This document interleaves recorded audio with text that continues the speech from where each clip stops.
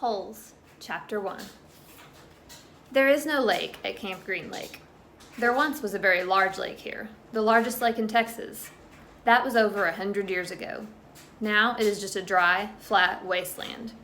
There used to be a town of Green Lake as well. The town shriveled and dried up along with the lake and the people who lived there. During the summer, the daytime temperature hovers around 95 degrees in the shade, if you can find any shade. There's not much shade in a big dry lake. The only trees are two old oaks on the eastern edge of the lake. A hammock is stretched between the two trees, and a log cabin stands behind that. The campers are forbidden to lie in the hammock. It belongs to the warden. The warden owns the shade. Out on the lake, rattlesnakes and scorpions find shade under rocks and in the holes dug by the campers. Here's a good rule to remember about rattlesnakes and scorpions. If you don't bother them, they won't bother you. Usually. Being bitten by a scorpion or even a rattlesnake is not the worst thing that can happen to you. You won't die. Usually.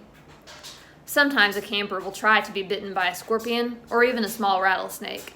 Then he will get to spend a day or two recovering in his tent, instead of having to dig a hole out on the lake. But you don't want to be bitten by a yellow-spotted lizard. That's the worst thing that can happen to you.